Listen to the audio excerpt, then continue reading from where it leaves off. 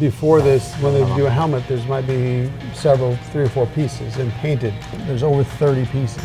This takes, 30 people months. 30 people. Hola amigas y amigos, bienvenidos una vez al canal. Hoy os traigo un vídeo muy especial. Como veis, este no es mi setup, evidentemente, no estoy ni siquiera en España, estoy en Los Ángeles. En uno de los últimos vídeos en los que hablaba de CGI, os comentaba que algún día pues os podría traer un vídeo hablando de vestuario dentro del género de superhéroes. Y entonces se me ha presentado la oportunidad de venir aquí a Ironhead Studios de José Fernández, uno de los creadores de trajes de superhéroes y escultores y creador, diseñador más importantes dentro de la industria de Hollywood. Es una fantasía estar aquí, ya estáis viendo el lugar en el que estoy, está lleno de figuras. Vamos a hablar con él y vamos a aprender un montón de cosas, bueno, de esta especialidad que es hacer vestuario para superhéroes. Vale, pues estoy con José. Thank you so much. Pleasure. For inviting us to come here. You have been working for like 30 years. You have worked in like how many movies? Like 40? I'm not even sure. I lost track a while ago. But yeah, I've been doing it in that range at 35 years. Which is the project you have worked on that you like the most? There's certain landmarks, like one of the big ones in my early, because I was in my middle 20s, I sculpted Catwoman for the Batman franchise on Michelle Pfeiffer. Yeah, that was an amazing job. Yeah, and I was young, it was just new for me, the whole industry, and seeing it on screen, that made a huge impact in my life. It was like one of those moments. But then there's been so many of different films I worked on, I'm very proud of, Black Panther, the Batmans, just different ones I'm very proud of. And you started as a sculptor? Yeah, my first job that they paid me to work, I was probably 21. 4 or 5 years in, an opportunity came up to work on Batman, and when I got in the door, they said, "You're not doing anything interesting." I didn't care, I was just in the building. And the opportunity came to sculpt Catwoman, and I was able to do it. And then everything kind of just gelled in a way where my love and passion for clothing, I guess, in a way, and sculpture just kind of locked together. And I was like, this is interesting.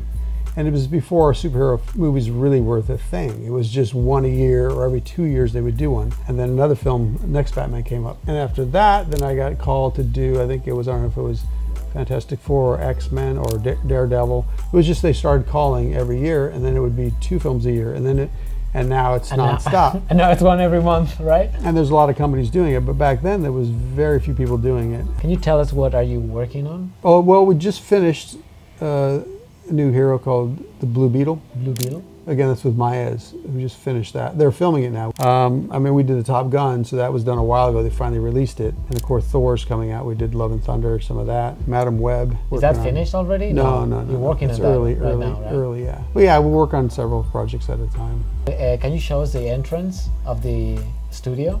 Yeah, I can show you Yeah? Yeah. And we can see some... Yeah, I can show you some heads? Highlights. Okay. Vamos para allá. Where are we right now? So this is the lobby kind of entrance. So this is where we showcase some of our work. It's like a portfolio. The old days when I go for a job, I'd have pictures in a book and you show what we do. It's amazing. This place is amazing. Yeah, so now clients come here and they can see things that we've done, and so they don't have to imagine, can you do this? Like, suits like this. Oh, this is from Aquaman. Yeah, it's the villain from Aquaman. And if you turn to your left, there's Spider-Man on the ceiling. You have so many things. This is the Spider-Man from the Amazing Spider-Man, right? Yeah, that's the one they wanted to go classic as possible, so it's a very classic Spidey. Es alucinante. So this is from Ben Affleck's both, right? Yeah, the Ben. What else do we have here? This is Daft Punk. Daft Punk, right? We got to work with them after Tron. We kind of worked with them for a while. Is that comfortable to wear? Yeah, that was the one thing when they put them on, they said this feels real, because the other ones were proppy. Okay. So then they put these on, they're like, these are like real. I'm like, yeah, kind of. And they said they're very stable. So then they had me build them until they retired. This is the Tron case. So these are the helmets. First time we got in the digital world. This is more of like a case of lots of helmets. Obviously Black Panther, and that one we did from head to toe. That was a very involved helmet. At the time, that was the most complex helmet we did. Yeah, it has so much detail. Yeah, a lot of things before this, when they do a helmet, there's might be several, 3 or 4 pieces and painted. What I did here, I really want it to look very, very special. So there's over 30 pieces. So everything 30 pieces. All the chrome is separated, panels are separated, so everything could be finished and then assembled so it looks like a jewel or a beautiful object, instead of having it just be one chunk that's painted separately. What is it made of? Base of the helmet is a printed composite, it's a nylon composite. Okay. The main base shell, that's in several pieces. And then all the other pieces are just a printed plastic, if you will. How do you feel when someone like makes a cosplay of your designs, of what you've done here? It's kind of great to see and cool to see people doing art, especially when they take it to a place where like, that's really clever. And especially being able to do something as an individual or a small group, because this takes 30 people months. 30 people. Different, trades and professions to get to this place. So when somebody can do something that is pretty good in their home, very impressive. Those are the Spider-Man webs. Yeah, those right? are homemade web shooters, and then he graduated to these, Tom Holland. This is more practical, so this is a sculpted, hand sculpted helmet for Loki. What is it made of? Is it metal? No, this is epoxy. It's like a fiberglass with an epoxy binder. So it's very light, very strong. And then it's multiple pieces to get it on his head, so it looks very tailored. This is a different thing. This is Orm, but this is sculpted small. We scanned it and then printed it, so it's kind of a hybrid. Okay. Same thing with this one. We sculpted it first, scanned it, tuned it up, and then printed it. So these are getting more and more to that, digital world. This is all still practical. And that's for Alice in Wonderland, armor for Alice. That was hand sculpted. You can't move the neck with this one, right? Yeah, no, correct. So yeah, that was exactly one of those things I was talking about, enjoying problem solving, and that I did 4 Batmans now, and the first 3 I tried to solve the problem and couldn't. What was the problem exactly? So, well, the Nolan film, what they did is they put a cap on and they put segments. So he turned his neck, but it was a cheat. It wasn't the silhouette. It wasn't Batman to me. So it wasn't. Everyone laughed when he was mentioning that he couldn't move the neck. Yeah, and I saw it and I thought, yes and no. You can move your neck, but you're not Batman. It's like a armadillo or something. It wasn't really Batman to me. So years later, I get a phone call about working on the new film with Ben Affleck as Batman, and that's the first thing that rushed to my head is I'm going to figure out this neck, finally get the opportunity to make this work. In a bat cowl, it's the strongest part of the cowl because it's the thickest part, because you got to cover your ears so the foam gets really thick. So essentially, it's the strongest part. So when you turn your head, you're locked in, or you swim inside. So I had to figure out a way to collapse the neck but still have it look strong. So the strongest part of the cowl needs to be the weakest. So I had to figure out how to twist that. I mean, it's simple, but how do you do it? So what I knew the bottom was locked to the suit with locked down. The head just swims inside. So now I had to, lock the head in. So I put an internal skull cap that could be locked. So now you have a cap that's locked to his head. This is locked down. Now you want to take the center of the neck and twist it like a rag, but have it look like anatomy. So then I thought, if I do cavities with different densities of foam, some sliding plates. All that said, R&D for a few months. How many time of research? It took probably a couple months. Only on the neck thing? Yeah, just playing around with densities of foam, skiving, twisting, casting foam. Okay. And eventually it got to a point where it worked. He was able to turn, and this looked like a muscle that was flexing. And it has no CGI, right? Yeah, no. So then I went to the fitting with Ben. I went to his house. I remember pulling the cowl on for the first time. I was holding it down. We didn't have a suit yet. And he stood there, and I said, "Okay, Ben, turn your head." And he turns it. And it was like, he turned the other way. And I remember him saying, "Yeah, it's a little tough." And I remember also me saying, "Shut your mouth. Like, you're the first Batman to ever turn his head." So that was pretty great. And I think the biggest payoff for me was going in to see the film, and there's the scene in the warehouse where he's, beating the crap out of all these thugs and just whipping his head around. That's worth the price of admission. That scene was like, okay, now I'm done.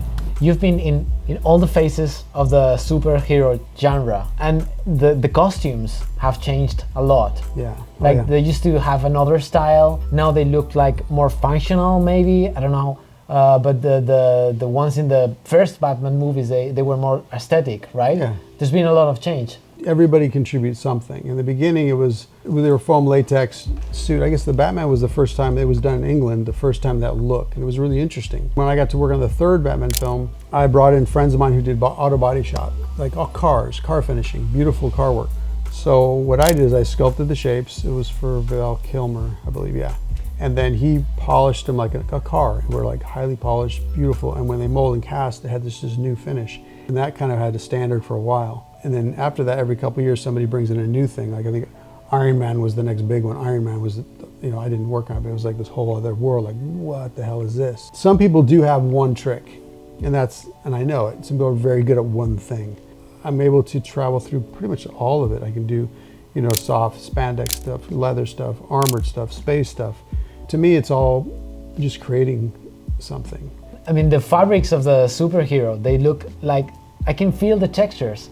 I mean, I don't see that textures anywhere in any shop. Like the ones you worked on the Amazing Spider-Man. Yeah, I worked on, yes, I worked on those fabrics, they that look was so before cool. then, there was a film, it was a smaller film, it was the Fantastic Four. I remember designing the suits, and we needed fabric. So I said, we have to find something with texture, because everything's flat. So we found a knit that looked interesting, but it was knit. It didn't have any body, so we had to back it. Eventually, there was a lady in Hollywood who pretty much does everything, and it's basically screen printing. It's like a t-shirt, only they did it with puffed inks. She's taken screen printing to this crazy level, so everything goes through her, you know, whether it's DC, Marvel, anybody. So if you want a fabric that doesn't exist, you create it. You know, on the computer, you take all your files, like you're making a t-shirt, if you will, but you're making patterns, layering patterns. You can have up to 7 screens. Sometimes it's 1 screen with a puff. Sometimes it's like 7 screens with a flat layer, a slightly raised layer, this overlayer, foiling. And you need to make a lot of tests. Yeah, right? So you're creating this visual that isn't real. It's a stretch, but it has this, sometimes it looks very tough, sometimes it looks pliable, but it's all fake. It's manufactured fabrics, but they're all very custom to each character, and you keep pushing and pushing, trying to figure out. You have worked with Ben Affleck twice, one for Daredevil and one for the Batman, right? You were talking about the style, the fabrics. There's a huge difference between Daredevil, the style, and the Batman, the Ben Affleck's Batman, right? The Daredevil was back before the newer technology, and it was more, we did leather. It was muscle suits, leather. I mean, now the introduction of these new fabrics, you have a lot more, I guess, latitude to do everything, and also armor. And the techniques of making armor with different urethanes, printed parts, it's also changed things immensely. What are the new technologies you have applied? Because it has changed a lot, right, in the last 20 years. Well, the 3D being, you know, the last, I don't know if it's 10 to 15 years, it's accelerated everything immensely. Because before then, things were moving, but very slowly. You know, you still sculpted everything, you body shopped it, I guess, and you would try to fit and finish things. But now, computer has brought things so you can get there a little quicker and a little cleaner. So you're not working on the old school clay anymore? A little bit of both. I mean, more and more, it is more digital, but on the Batman was a hybrid. So the Batman film, we sculpted the suit 1-to-1. So we sculpted the muscle suit on a cast of his body. But then what we wanted to do is, because when you do foam latex, it shrinks. So you cast foam rubber and it'll shrink. So if you sculpt a muscle suit, the bicep will be here, the thighs will get short, everything gets a little small. So you have to enlarge it. So in the old days, I would get a body, we'd cut it, stretch it, sculpt it, and then it would shrink. Hopefully it fit. It was a little bit of a math equation. Now the computer, you can put in the numbers in the computer. It'll print out a shape that's hopefully all the right math. So when it shrinks, it fits. That's one thing that's great. The other thing is, so now I sculpt the body 1-to-1, we scan it, put it in the computer, and I can print out all my parts that are enlarged for shrinkage. This is a really early form of a scanner. It's great for body forms, but no high resolution. It's very kind of dull. So we'll scan the body, then we'll scan body parts, heads, hands, and then we can stitch it all together to get a really accurate, high resolution representation. So sometimes you don't even need the actor to come here. Well, if you have like a, you need them somewhere so you can get the information, and then we build on that body. Yeah, because a lot of times they're not available, you know, or you get them once or twice. Back in the old days, like a Ben and Daredevil, he probably came to the shop a dozen or 2 dozen times for fittings. Now, if you get 1, 2, 3 fittings, if you're lucky, all these things that help you save time, then they say, great, now we're going to take the time away. So instead of like a Batman film where you had 8 months to a year to make, now they want costumes in 2-3 months. So you used to have a lot more time. Or you'd make 2 or 3 superheroes for a film, a villain and superhero. Now they want 8 or 10 superheroes. You're saving time, but then you're not anymore because they're just. So now the deadlines are worse than before? Yeah, way worse, and they pile more on top. So you're learning more, you're going faster, but instead of saying, oh, I can relax, no, somehow you're more busy. You have worked in many Marvel movies, and now in this Phase 4, they look more colorful, right? Yeah, I think it was like the first Thor, the helmet. You make the helmet for Thor and Loki, right? Yeah. It's very different from this Thor. Oh, right? yeah. I believe it might have been either Ragnarok or Guardians that helped start bringing more and more color. Just like it's fun. you know, it adds to the experience of the ride. So I think that's been influencing all these things now. What is more difficult, to make it look badass or to make it functional? Yeah, no, functional for sure. I mean, almost anybody can make, because the audience will never tell. Something right? static is a lot easier. It's like I call it a non-moving target. A helmet to me is fairly easy because it just sits there. You get proportions, it looks great. But a costume, especially, you know, shoulders, neck, you know, this area, a lot of movement, a lot of things happening. So a lot of things can crash, can restrict. So to get things to still look good and move is a huge challenge. Is that the difficult part of your job? Well, it's the fun part too. I like figuring is it stuff fun too? out. Oh yeah, I love figuring stuff out. Iron Man is, a lot of costumes are now a lot of digital.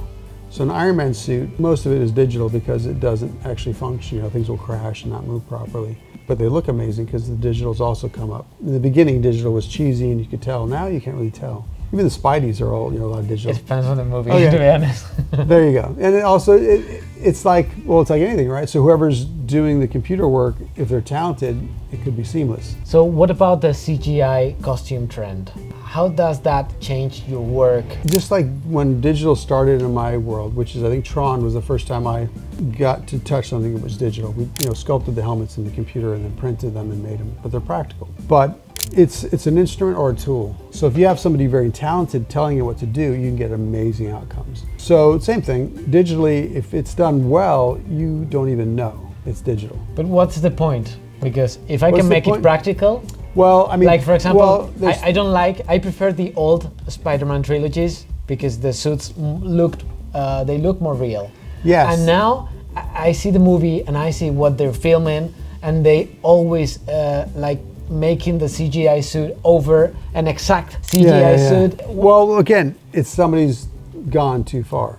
Like they turned up the resolution too far. If they come back a little bit and make it so you can't tell, just because you can do it doesn't mean you should. So if you can do something right, it just is seamless. It's more expensive, right? It's definitely not inexpensive. It's very expensive. I just look at the credits.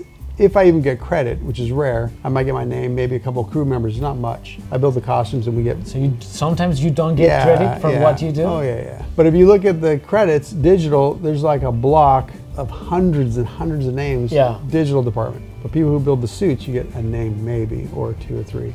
So it's a huge amount of money going into the post-production digital stuff. I don't mind seeing a wrinkle. I don't mind seeing something practical, but then at some point you do need that extra push with digital. I think one of the first successful marriages of that world, it wasn't costume based, but it was Jurassic Park. Yeah. You had practical and digital, and the way Spielberg mixed it at night with rain and the real live head hitting a car, but then the guy running and still it looks amazing. Pretty amazing. So because sometimes I guess it's about the actor feeling more comfortable making the CGI suits, but most of the times it feels like it's like the producers having more control, right? Like I want to change everything in any moment, right? Yeah, a lot of people don't want to make a decision, so they can kick it to the end now, and that somebody can just do it in post. But again, if you don't have the right people doing it, it's obvious. The name Jar Jar Binks comes up. That was one of the worst things. Or the stuff if they take an old classic Star Wars film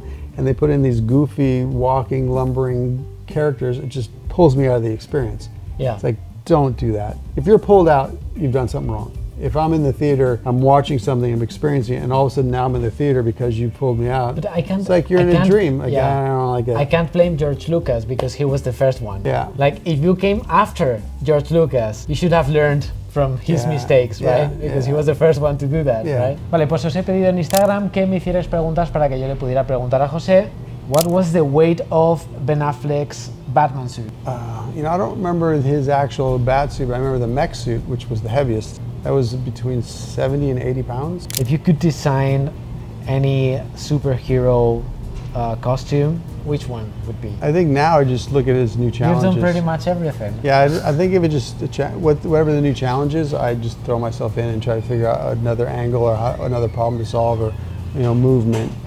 But I'm happy, I'm pretty satisfied. Someone's asking, Have you ever take any costume to taste it at home? In the early days, I remember there might be some pictures of me in the bat suit running around the hallways. Really? It might be. Is it difficult to get in the industry, to get to work, to make a career? I think like anything you do, if you want it bad enough and you sacrifice, you can do anything. So if you think you can, you probably can. If you're willing to put the time in and put in that direction, you'll get there. I think if you think it's difficult or it's going to be very hard, you're right, and you probably won't get there. I come from a place with no formal education or training, so I just did it in my bedroom and learned on the job as I went, and then did more than what was asked. I think that happens in any industry. If you want to excel, if someone pays you for 8 hours and work 10, work 12, work 16, and that's what I did in the beginning. If they paid me 8 hours to do a sculpture, and I knew it wasn't as good as the guy next to me who had more experience, I would clock out because that's all they're paying me for, and I would work another 6 or 8 hours. So when the end of the week came, mine was as good or better. So it doesn't matter how long it took, it just means I was able to get there. And that's how you're going to excel in anything. How do you feel to see your work in the big screen? Well, I go back earlier, like when I was younger, it meant a lot. It kind of helped push me, motivate me, because it took a lot of time, anywhere from 4 to 6, 8, 9 months to build a costume. And I loved the craft anyways. I loved the process, I loved the journey, and then getting to see it was like a nice moment, and it meant a lot as I was younger. I guess as you get older, to be honest, I don't even watch movies much anymore, so I don't know. I get a lot of satisfaction in creating something. So when I get a drawing or a concept and then realizing it and seeing it walk around I guess in my studio or on set, that's kind of my payoff. Yeah. Thank you so much for your time. Pleasure. Thank you so much. Pleasure. I don't know. I hope to see your work more in the big screen. If they keep hiring me, I'll keep doing it. Yeah, you don't get tired of doing your job, right? No, I still it keeps being challenging. No, I still enjoy coming to work. Still enjoy figuring out problems, making cool stuff. Bueno, pues espero que os haya gustado mucho este vídeo. La verdad es que ha sido muy especial. No sé cuándo me voy a volver a ver en una de estas, pero me hace mucha ilusión que me acompañéis en este viaje para ver los entresijos un poco de la industria de Hollywood, y espero traeros más vídeos así, porque la verdad es que yo estoy flipando. O sea, yo me quedaría a vivir aquí en Los Ángeles para hacer este tipo de vídeos todo el rato y poder enseñaros pues esto, ¿no? O sea, gente que se dedica a construir a formar parte de las películas que más nos gustan y ver esto desde dentro y conocer los engranajes de la industria. Espero que os haya gustado este vídeo, nos vemos pronto en uno nuevo y hasta entonces, sed muy felices.